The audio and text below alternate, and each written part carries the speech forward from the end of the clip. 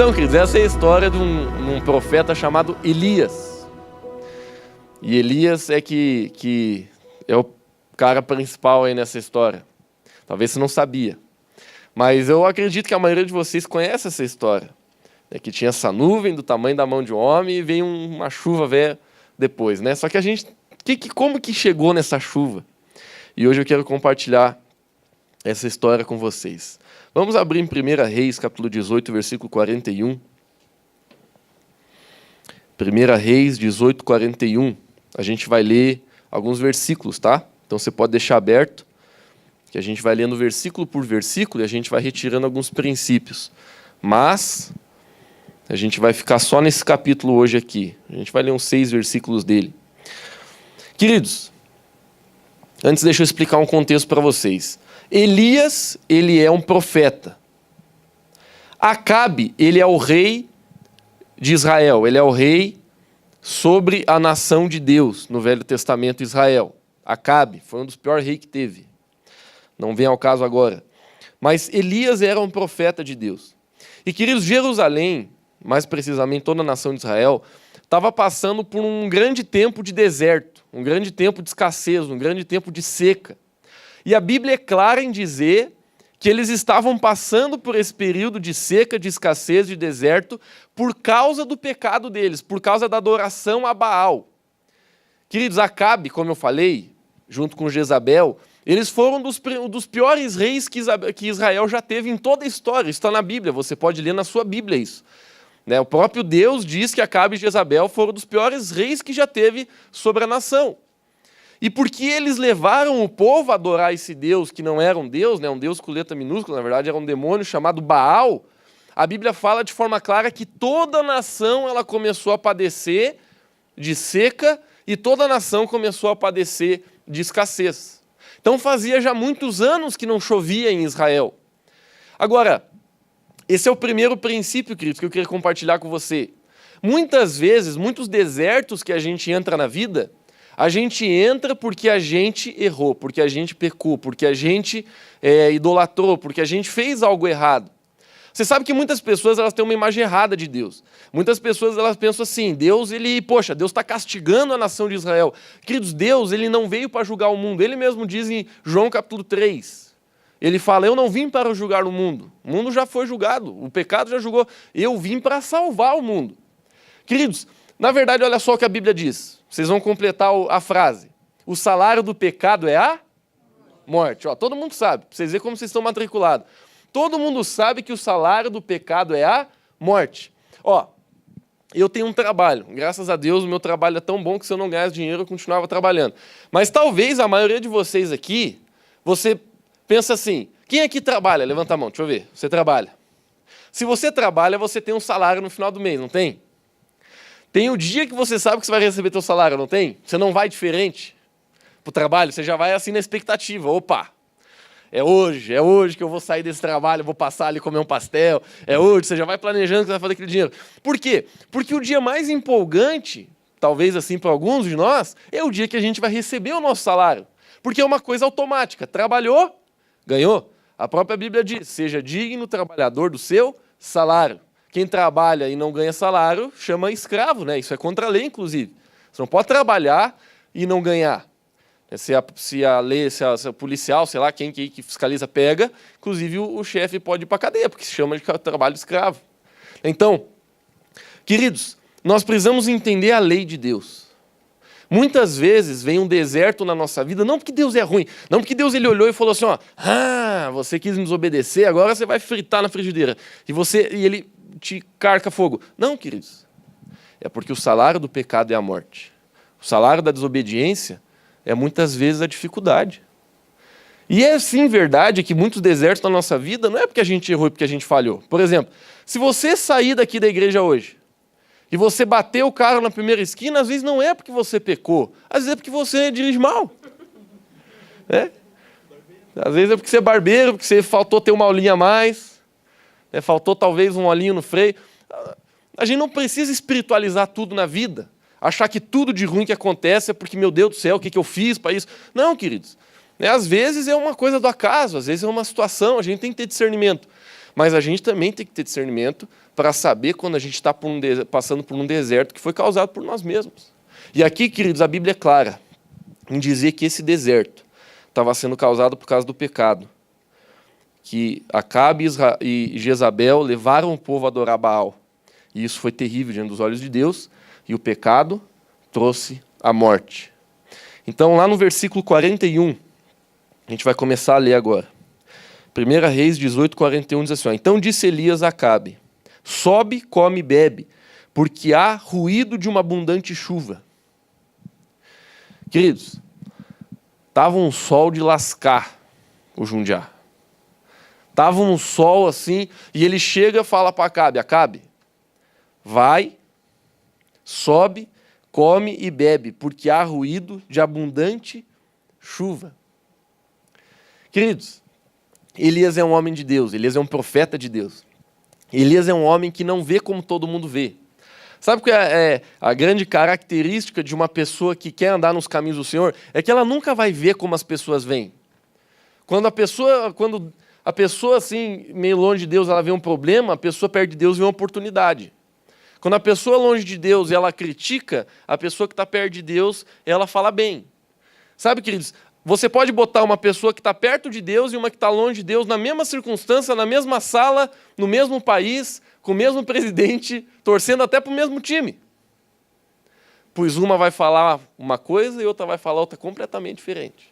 A circunstância é a mesma, a situação é a mesma, tudo é o mesmo, mas a visão ela é diferente. Elias aqui, queridos, ele tem uma visão do reino de Deus, ele sabe o que Deus está falando, ele sabe o que Deus quer fazer. Elias, como homem de Deus, como profeta de Deus, ele profetiza a chuva na nação.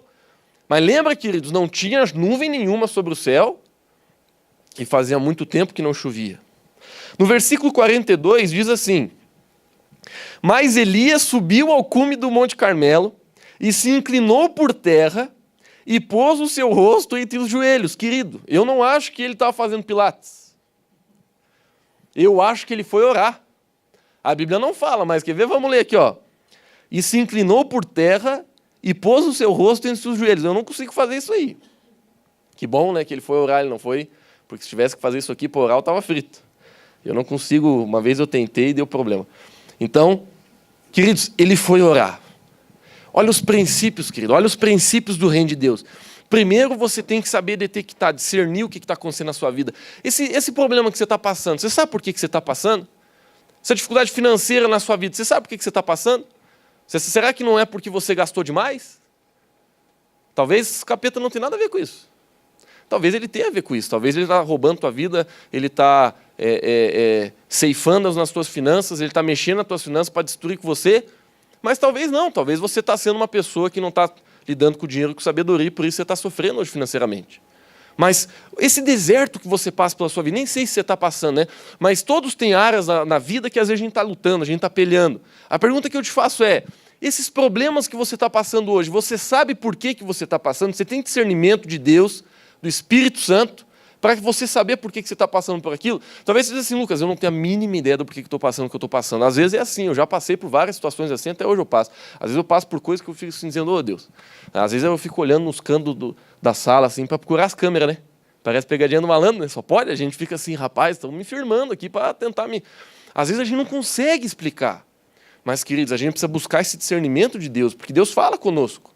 Deus é um Deus que fala com a gente. Elias, ele teve discernimento, mas a primeira coisa que ele fez depois de profetizar a palavra de Deus, ele foi orar. Fale comigo, orar. Queridos, a coisa mais poderosa que um cristão pode fazer na sua vida é orar. E o lugar que Satanás mais vai lutar para te tirar é do lugar de oração. Sabe, queridos, eu não sei se o que eu estou falando agora está certo. Pode ser que não esteja, então eu já estou me antecipando, porque pode ser que eu vá errar no que eu vou falar agora. Mas às vezes eu tenho a impressão que Satanás, ele se esforça mais para você não entrar no teu quarto e orar do que até vir na igreja. Porque Satanás, ele não tem tanto medo de uma pessoa assim que ora no meio de todo mundo, que está junto ali. Mas eu tenho certeza que Satanás tem pavor daquele que podia jogar uma bola, podia ligar uma TV, podia ver um filme, podia fazer uma outra coisa, mas ele fecha o seu quarto, a porta do seu quarto e vai orar. Jesus, ele disse assim, quando você for falar comigo, fecha a porta do teu quarto. Porque eu que estou em secreto, vou responder em secreto. Sabe o que Jesus está querendo dizer? Não é que a gente não deve se reunir aqui para orar, não é que a gente não deve ter reunião de oração, não é que a gente não deve orar até quando a gente está na fila do banco. A Bíblia diz ore todo o tempo. Mas Jesus está sendo específico, ele está dizendo assim, ó, a oração que vai realmente fazer diferença no profundo do teu interior é aquela que você faz quando você está sozinho e ninguém está olhando. Sabe qual é uma das características de você estar sozinho? Porque quando você está sozinho, você que sabe o que você faz. Por exemplo, nos seus horários de folga, você escolhe o que você faz, não escolhe? Você escolhe, por exemplo, eu gosto muito, assim, um dia da semana que eu tenho uma noite de folga, eu gosto muito de pegar um cineminha. É a coisa que eu gosto de fazer. Às vezes, quando sobra um tempinho, eu gosto de jogar um videogame para dar uma relaxada na cabeça também. Tem um jogo assim, bem legal. Tem várias coisas que eu sei que eu gosto de fazer quando eu estou de folga. Mas sabe o que faz diferença na nossa vida, queridos? Quando a gente está num horário que a gente pode escolher o que a gente vai fazer e a gente escolhe ir para a presença de Deus. A gente vê aqui que Elias, ele é um homem de Deus.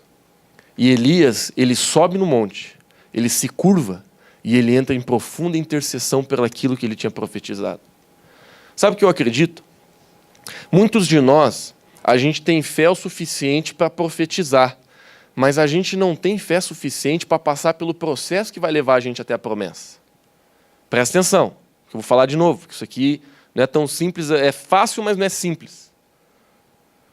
Muitas vezes a gente consegue, através da empolgação do momento, profetizar a vitória na nossa vida.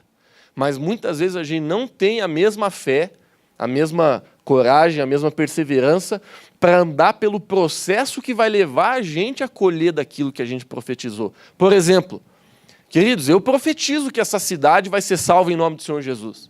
Eu profetizo que isso aqui que a gente está vendo hoje aqui é praticamente só o começo do que Deus vai fazer. Eu tenho certeza absoluta que um dia nós vamos reunir com centenas, se não milhares de pessoas nessa cidade no domingo para louvar o Senhor Jesus, para proclamar o Evangelho. Agora, se eu simplesmente profetizar, eu não estou profetizando uma coisa da boca para fora, eu sei que essa é a vontade do Senhor. A Bíblia fala que às vezes a gente ora e não é respondido porque a gente pede mal. Sabe o que é pedir mal? É você pedir contra a palavra de Deus. Se você conhece a palavra de Deus, você lê a Bíblia e você ora a vontade de Deus, a tua oração vai ser muito mais eficiente do que você orar a tua vontade, você orar o que está na tua cabeça, você orar muitas vezes aquilo que você acha que está certo. Quando nós conhecemos a palavra, nós podemos orar a palavra, e quando nós oramos a palavra, nós oramos em nome de Jesus. Tenho certeza que você já ouviu. Quando eu li esse versículo, eu fiquei meio assim, porque eu era pequenininho, aí a Bíblia dizia assim, tudo que você pedir em meu nome eu te darei. E eu já dei um sorriso assim. E eu pensei que era assim, uma varinha mágica. Eu pensei que eu ia dizer assim, quando eu era pequenininho, né? Hambúrguer, 2 carnes com queijo. Em nome de Jesus, amém. E aí ia aparecer. Eu achava que, de alguma forma, orar em nome de Jesus era você orar as palavras mágicas no final. Queridos, você orar em nome de Jesus é você orar porque Ele pediu para você orar. Por exemplo, Jesus falou, ore para que Deus envie trabalhadores. Não falou? Então, quando a gente ora, Senhor, levanta líderes de célula nessa igreja. Senhor, multiplica as nossas células. Senhor, levanta líderes de ministério. Pai, levanta pessoas que vão influenciar essa cidade nessa igreja. Nós estamos orando a palavra. Por quê? Porque Ele nos mandou orar assim. Deus mandou a gente orar pelos enfermos, não mandou? Se tem uma pessoa enferma, a gente pode orar, Senhor, cura. Por quê? Porque a vontade dele curar. Não precisa perguntar, Senhor, quero saber se o Senhor está querendo curar hoje. Não, você não precisa perguntar, está na palavra. Você pode orar, você pode estender a mão e declarar cura. Tem tantas coisas na palavra de Deus que você não precisa perguntar para Ele se você deve orar. Já está declarado, já está falado. Você pode orar, você pode abrir tua boca. Por quê? Porque Deus ele vai ouvir aquela oração. Agora, Elias, ele é um homem que ele tem um discernimento espiritual na vida dele, mas depois de ter esse discernimento, ele profetiza algo muito difícil de acontecer aos olhos humanos. Mas depois que ele profetiza, ele toma sobre si a responsabilidade da intercessão. Quer dizer, deixa eu fazer uma pergunta para ti, me incluindo 100% nela. O quanto nós temos orado pelas coisas que a gente realmente quer ver acontecer na nossa vida? Tem tanta gente que chega chorando às vezes para a gente assim, meu Deus, meu marido não muda, meu marido quer me separar, meu marido não muda. Aí a gente faz uma pergunta assim, quanto tempo você tem orado pelo seu marido? Não, mas orar pelo aquele cavalo não dá. A pessoa ela não ora. A pessoa ela é rápida em criticar, é rápida em aceitar a realidade, mas ela não faz o Pilates ali para orar. Queridos, a Bíblia é clara em dizer que o homem subiu no monte. Não diz quantas horas ele ficou, mas duvido que ele subiu lá para ficar 15 minutos e desceu. O Monte Velho já devia ser um monte daqueles que o joelho velho chegava a dar uma... Subia lá, Deus cura agora o joelho, porque... Queridos, eu creio que ele ficou horas intercedendo. Chorando, talvez, clamando pelo povo, clamando para que Deus enviasse a chuva. E eu te faço essa pergunta. Quanto tempo você tem orado pelo aquilo que você sonha? Quanto tempo você tem orado? Por exemplo, muitos de nós aqui, a gente quer ver nossa família entregue pelo Senhor, não quer? A gente quer ver nossos filhos, a gente quer ver nossos pais, a gente quer ver nossos amigos, nossos avós, pessoas da nossa faculdade, do nosso trabalho. A gente quer ver elas entregues para o Senhor. A gente tem um desejo tão grande. Queridos, mas deixa eu te perguntar, será que o mesmo desejo que a gente tem de ver aquilo acontecer também é o tanto que a gente tem orado? Por exemplo, eu me coloco na fila e já vejo que eu tenho que mudar. Eu quero muito que essa cidade seja transformada. Eu tenho que orar mais. Eu tenho que interceder mais por essa cidade. Eu tenho que interceder mais pela nossa igreja. Eu tenho que ajoelhar mais para dizer, Jesus, move o teu reino, envia a tua chuva sobre o Otacílio Costa. Não podemos aceitar, Senhor Jesus, a realidade que a gente está vendo aqui nessa cidade, de prostituição, de tristeza, de lascívia, de depressão, de separação, de confusão, de mentira, de calúnia, tanta coisa que a gente vê acontecendo aqui. E a gente não pode aceitar como igreja, como gente cheia do Espírito Santo. A gente sim tem que profetizar, mas a gente tem que assumir o fardo da intercessão. E o que a gente vê, e eu me coloco como primeiro, porque eu vejo que eu tenho que mudar nessa área. A gente é tão rápido para profetizar o que a gente sabe que tem que mudar, mas a gente às vezes é tão preguiçoso para interceder. Por quê? Porque o profetizar a gente faz na frente de todo mundo, mas o interceder tem que ser quando ninguém está olhando. Tem que ser no monte. Não estou dizendo para você achar um monte para você subir aí. É o teu quarto mesmo, fecha a porta. Pode até ligar um aquecedorzinho, não tem problema. Mas é lá que você vai vencer as maiores batalhas da sua vida. Então, queridos, a gente tem que assumir esse processo de libertação. Nossa, a gente tem que assumir esse processo de intercessão. Entender. Vamos continuar lendo aqui? No versículo 43, assim, ó, e disse ao seu servo, esse versículo é massa, sobe agora e olha para o lado do mar. E subiu e olhou e disse, não há nada. Então disse ele, volta lá 7 vezes. Gente, não sei se você vê graça nisso, eu me mato de rir. Porque olha o que está acontecendo aqui. Elias tinha um servo, a Bíblia não fala nem o nome do sujeito. Mas Elias tinha um cara que era meio discípulo dele, era um cara tipo assim, tipo um cara que acompanhava, talvez um cara um pouco mais novo, era um cara que estava junto, entendeu? Um cara que estava, cara inteligente, porque ele via Elias, o homem de Deus, vão andar colar nesse homem aí. E a Bíblia fala que Elias, ele olha para ele e diz assim, ó, sobe no monte, olha para o lado do mar e vê se tem alguma coisa, vê se tem uma nuvem, alguma coisa vindo. Porque, gente, lembra, o solzão veio rachando na testa da negada, e ele tinha acabado de profetizar que havia uma chuva velha de Rangiacusco da Coxia. Vinha um negócio assim forte para varrer uma chuvarada, tempo que não chovia. E ele manda subir no monte e diz, olha para o lado do mar, que geralmente é de lá que vem as nuvens, e veja se está vindo alguma coisa. Só que no final, gente, isso aqui é impressionante. Então disse ele subiu, olhou e voltou e disse assim, ó, não tem nada. Tu lembra, né?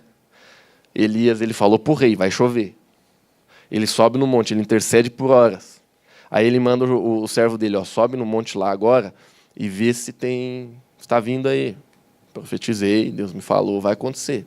Ele sobe e volta e diz, não estou vendo nada não. Aí Elias, homem de Deus, vocês estão vendo, né? Homem de Deus, como que age, né? Ele fala e diz assim, sobe 7 vezes. Queridos, eu não sei você, mas eu tenho certeza do que eu ia falar para Elias, se eu fosse o servo dele. Eu ia dizer assim, homem, por que 7, homem? Então eu vou calcular o tempo que eu levo para subir e descer, e aí quando eu fosse subir a 7, eu subo só lá aquele horário. Porque você não está esperando chuva.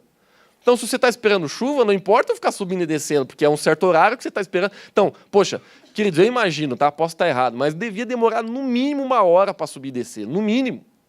Que é uma montanha para você ver chuva, senão você via em cima de uma árvore, não é verdade? Ele queria ver se está vendo chuva. Então era uma montanha, gente. Demorava para subir. Demorava para descer. Descer ajuda, né? A gravidade. Mas para subir não é fácil, não. Quando era pequeno, subia as cachoeiras ali da região, ali já quase se matava para subir 30 metros. O homem subiu a montanha e desceu. E aí Elias, ele fala assim, tu vai fazer isso 7 vezes. Queridos, eu não sei qual foi a cara que o servo aqui fez, eu não sei qual foi a reação dele, mas ele obedeceu. Quer ver? Eu tenho certeza que vocês vão acertar essa de vereda, como diz nós aqui na região, de vereda. Qual é o outro versículo que tem 7? Foi rápido. Por quê? Porque é o versículo mais conhecido com 7 na Bíblia. Qual que é o versículo? Uma vez um camarada velho estava meio brabo. Devia ser com a esposa, só pode, para estar nesse nível de brabeza. Ele chega para Jesus e ele diz assim, Jesus, estou com um dilema. Jesus falou, fala meu filho, qual que é o dilema? Quantas vezes eu devo perdoar uma pessoa que faz a mesma coisa? Não muda, a pessoa não muda. A pessoa estava indignada porque essa pessoa não mudava, entendeu? Por isso que a gente vê indignação na cabeça da pessoa. Ela chega para Jesus indignada. Eu pergunto, quantas vezes tem que perdoar essa pessoa? Aí Jesus ele fala, 70 vezes 7. Ele diz, não só 7, mas 70. Porque o cara que sugeriu, né, 7? Aí ele falou, não, 70 vezes 7. Queridos, eu tenho certeza que você já ouviu sobre isso. Jesus ele não estava querendo que a pessoa pegasse a calculadora e... Deixa eu ver quantas vezes aqui então, que eu não vou perdoar uma a mais. Ele não é isso que Jesus estava falando. Jesus estava dizendo assim, perdoe... Quem que? Sempre. Vamos lá, vamos repetir que vai fazer bem para nós aqui. Sempre a gente tem alguém para perdoar na vida, né? Impressionante. Parece que Deus sempre deixa alguém para a gente ter que praticar mesmo esse versículo. Perdoe sempre. Vamos de novo, porque eu estou sentindo que Deus está tratando com o coração de alguns de nós. Vamos lá. Perdoe sempre. Agora olha para a pessoa do seu lado e diz assim, eu vou te perdoar sempre. Fala. Olha que coisa boa. Hã? Não está sendo bom? Porque está sentado lá do casal. tá praticando coisa boa aí, né? Vou perdoar sempre, amém? Sempre. Queridos, e se eu sugerir para você que Elias ele não está mandando o Piá subir 7 vezes? Elias está sugerindo para que ele suba sempre. Queridos, esse é o princípio da perseverança. Para você ver a chuva de Deus, para você ver aquilo que você tem profetizado acontecer, você tem que perseverar e nunca desistir. O dia que você perde a batalha, não é o dia que você caiu, não é o dia que você errou, mas é o dia que você desistiu. O dia que você desistiu de orar. O dia que você desistiu de vir na igreja. O dia que você desistiu de ler a Bíblia. O dia que você desistiu de amar. O dia que você desistiu de ser gente boa com quem não é contigo. O dia que você desistiu de vencer o mal com o bem. Com o mal. Desculpa, errei. Não, com o bem, tá certo. O dia que você desistiu de vencer o mal com o bem. Eu acertei de prima e fiquei nervoso e achei que tinha errado. Mas, queridos, quando a gente desiste, é o dia que a gente foi derrotado. A Bíblia chega a dizer assim, o justo cai 7 vezes, mas 7 vezes levanta. Por quê? Porque a tua vitória, a tua derrota não está no fato de você falhar. A tua vitória, a tua derrota está no fato de você desistir. E aqui, queridos, Elias está ensinando um princípio para nós e para aquele jovem. Ele está dizendo assim, nunca desista daquilo que Deus falou. Por mais que pareça difícil. Querido, se coloca na carcaça desse homem, desse servo. Sobe uma vez. Olha. Desce. Chega lá, não vi nada. De novo. Sobe. Mais 1 hora subindo. Olha. Desce. Nada. Sobe de novo. Ele sabia que era 7 vezes. Mas olha o que aconteceu na 7ª. Porque isso é o que acontece quando a gente obedece. No versículo 44. E sucedeu que na 7ª vez, disse, eis que uma pequena nuvem, como a mão de um homem, subindo do mar. Então disse ele, sobe e diz a Acabe, aparelha o teu carro e desce, para que a chuva não te impeça. Queridos, Elias é um homem, olha, depois de Abraão, acho que Elias devia ser o cara, se Abraão é o pai da fé, Elias devia ser o padrasto, não estou brincando, essa foi terrível. Mas Elias era um homem de fé, gente.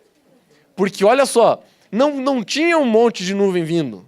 Não tinha, assim, uma turbulência, os raios. Queridos, era uma nuvem do tamanho da mão de Job. Mas, sabe, o homem de fé, uma pessoa que está conectada com Deus, o homem que tem intimidade com Deus, ele consegue perceber Deus se movendo nas pequenas coisas. E é algo que muitas vezes a gente tem dificuldade hoje, sabia? Quantas pessoas eu vejo tomando decisões erradas porque elas não sabem discernir os movimentos de Deus. A gente vê aqui que Elias, quando ele percebeu que Deus estava para fazer um milagre, ele dá uma ordem, ele diz assim, ó, vai lá ao rei de novo, Acabe, e diz, aparelha os teus carros e desce para que a chuva não te impeça. Em outras palavras, ele chega e diz assim, ó, te prepara, porque a chuva está vindo, ela vai ser forte, e se você não se preparar agora, você não vai nem conseguir sair com os teus carros. Todo mundo já ficou atolado alguma vez na vida aqui, né? Ele falou, ó, você vai atolar tudo com os teus carros, cara, porque a chuva velha vai vir. Mas lembra, a nuvem era do tamanho da mão de um homem. Queridos, aqui a gente tem que entender o princípio que Elias está querendo nos ensinar. É o princípio que se você não discerne, você não decide. E se você não decide, você não recebe. Se você não discerne, você não decide. E se você não decide, você não recebe. Eu vou falar de um jeito diferente. Se você não discerne, você não se prepara. A falta de preparo revela a falta de fé. Se eu tenho certeza que muita gente vai entrar nessa igreja aqui para conhecer Jesus, a gente tem que se preparar para isso. É verdade ou não? A gente tem que preparar o nosso coração, a gente tem que preparar a nossa vida, a gente tem que preparar nossas células, a gente tem que preparar a nossa igreja, a gente tem que preparar a recepção da igreja, a gente tem que organizar a igreja, a gente tem que preparar as pessoas que vão abraçar as pessoas que estão chegando pela primeira vez nesse lugar. A gente tem que se preparar para a bênção que Deus declarou sobre a nossa vida. Da mesma forma, queridos, você crê que Deus vai derramar a chuva de Deus sobre a sua vida? Se prepare para a bênção. Na hora que Deus te mover, se prepare para a bênção. Estou vendo aqui à direita, temos um casal que está prestes a ter um filho, uma menininha. Sofia, ali, ó, a cara de faceira dos dois, ó, ó, ó. Chego a sentar sozinho numa ala, assim, ó, só para são especial. Queridos, eu que acompanho bastante os dois ali, eu sei que eles estão se preparando desde o dia que deu positivo aquele negócio, né? Por quê? Porque quando você está esperando algo, você tem que se preparar. Tenho certeza que todo mundo aqui que já teve filho, sendo homem ou mulher, né? O homem tem assim de um jeito diferente, graças a Deus, né? A mulher que ela tem mais força, né? Deus deu mais força para a mulher, né, gente? Eu sou o primeiro a reconhecer. Então, tem que se preparar. Elias, ele mandou Acabe se preparar. Se prepara, porque o que Deus vai fazer é muito grande. Às vezes a gente diz que tem fé, mas a gente não está se preparando para aquilo que a gente está orando. E se você recebesse hoje aquilo que você está pedindo há tanto tempo, o que você ia fazer? Por exemplo, tem gente que quer ser pastor. Senhor, me lança no teu reino. Tem gente que quer ser missionário. Senhor, me envia às nações. Tem gente que quer tanta coisa no reino de Deus. Mas você está se preparando? Do mesmo jeito que a Amanda está se preparando para receber a Sofia? Ou você está lá, só o barrigão que está crescendo, mas você não está comprando uma fralda? Você sabe que você vai ter que limpar bastante cocô. Então você tem que ter bastante fralda. E às vezes, ministerialmente, eu sei que o exemplo não é ruim porque eu pego na hora. Mas, queridos, é exatamente assim. Tem tanta gente sonhando, profetizando, mas não está se preparando.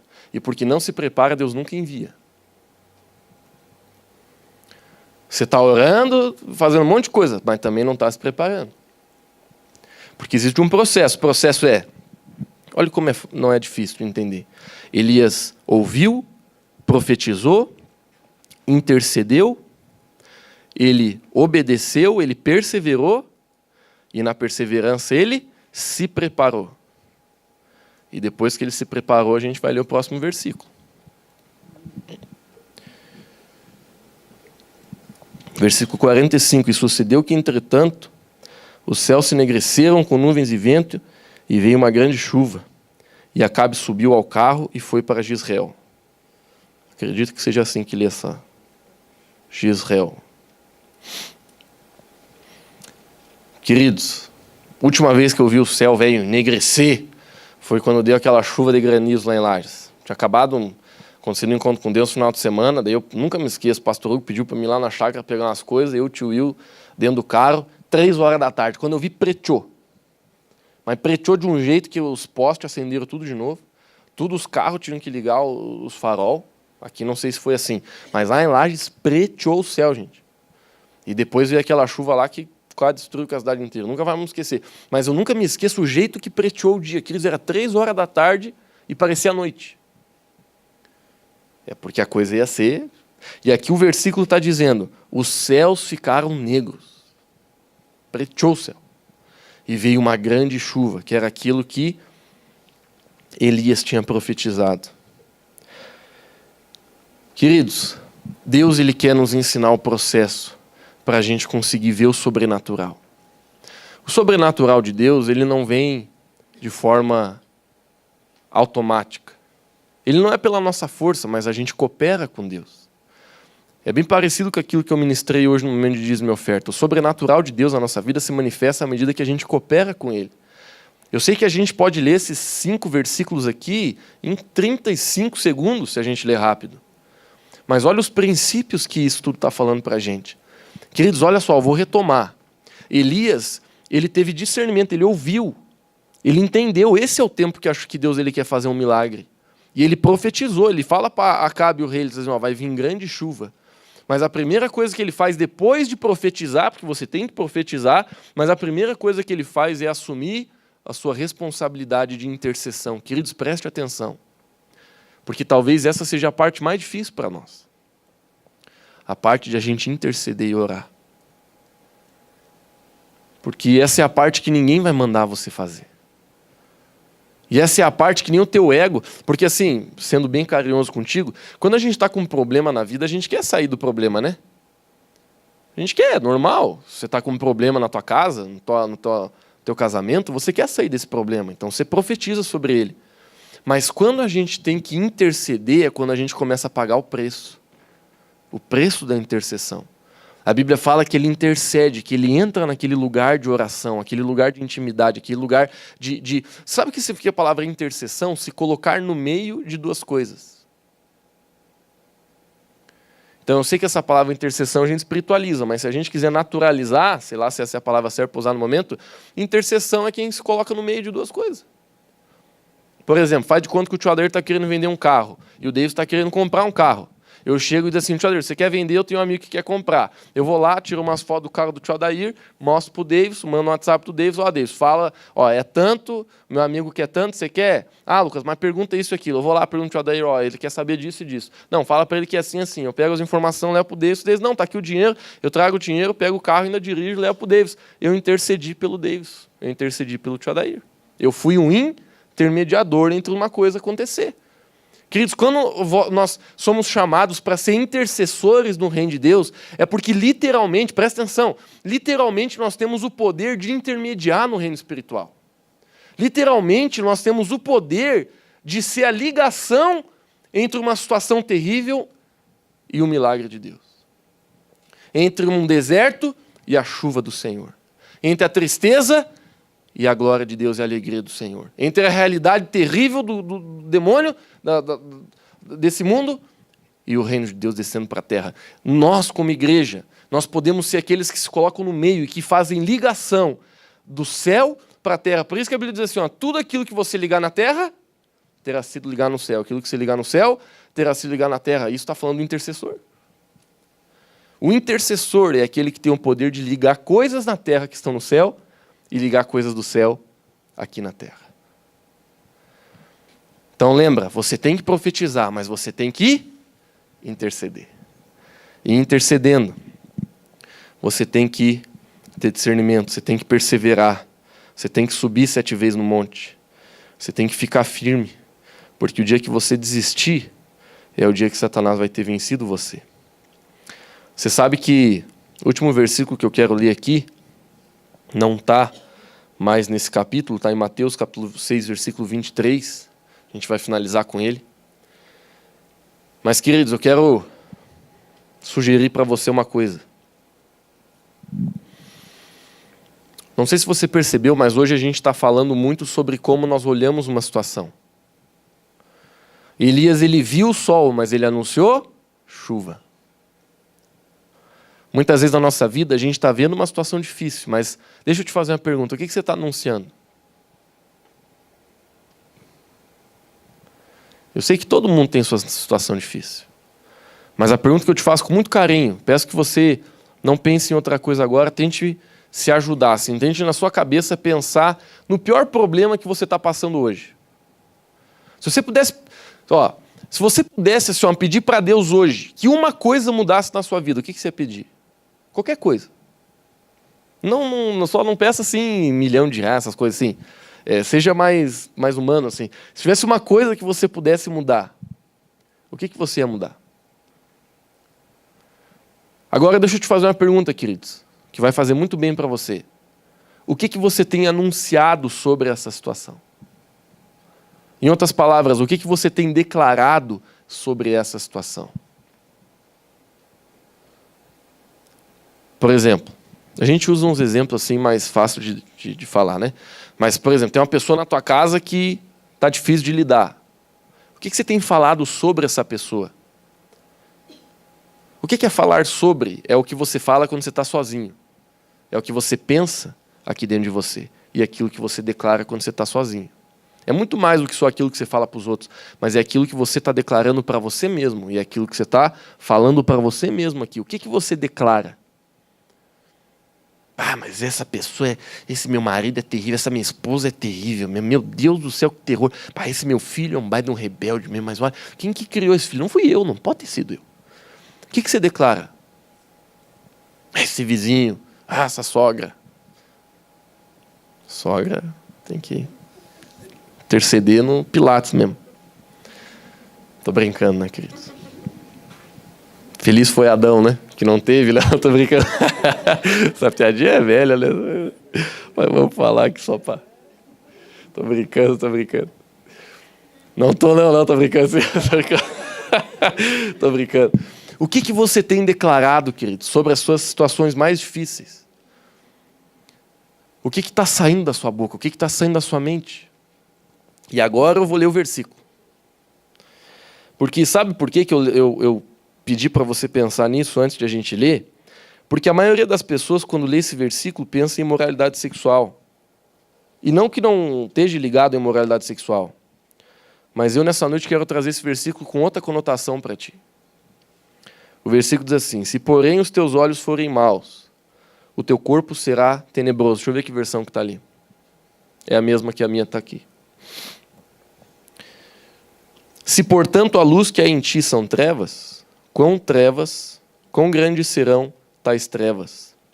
Em outras palavras, querido, a Bíblia está dizendo assim, se os teus olhos são maus, todo o seu corpo estará em trevas. Lucas, o que isso está querendo dizer?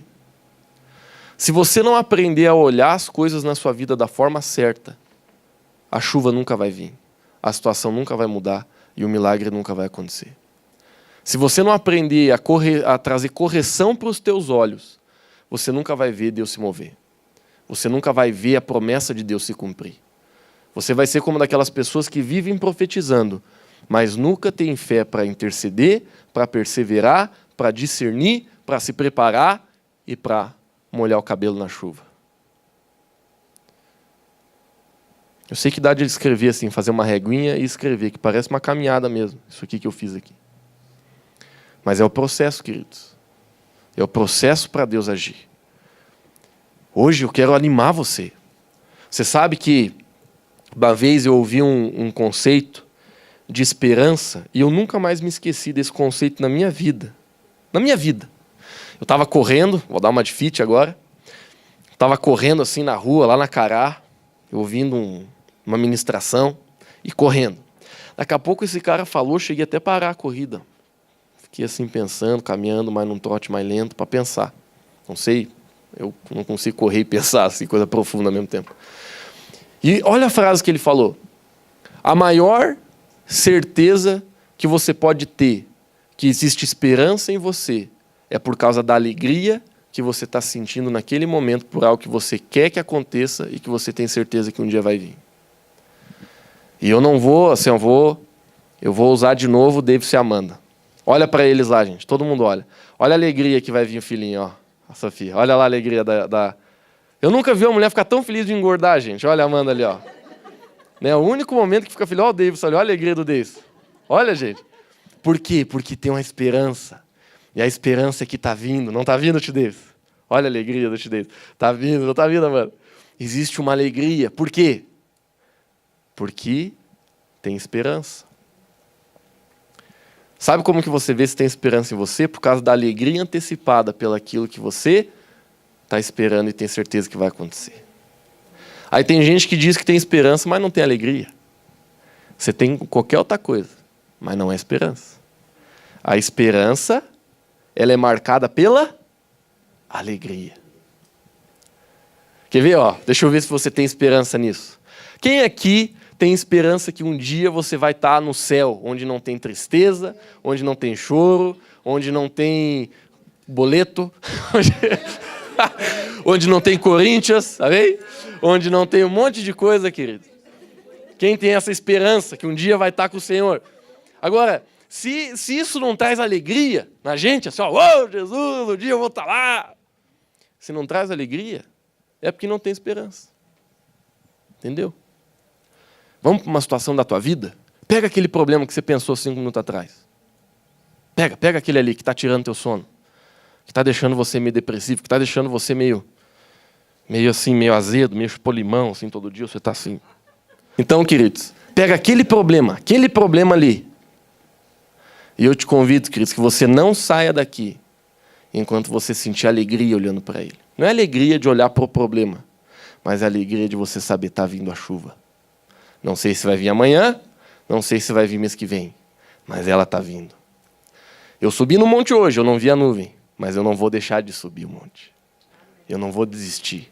Eu não vou parar de orar, eu não vou parar de interceder, eu não vou parar de declarar, eu não vou parar de me mover, eu não vou parar de fazer aquilo que Deus está mandando eu fazer, porque existe alegria no meu ser. Olha o que a Bíblia diz, como tudo se encaixa, né? A alegria do Senhor é a nossa força. Então, se não existe esperança, não existe alegria e não existe...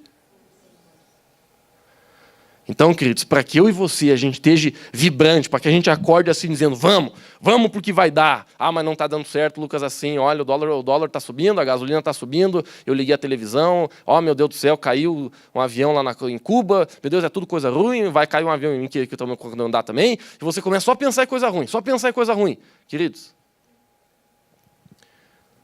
você vai ser ofuscado, você vai ser sobrecarregado, você vai viver sobrecarregado.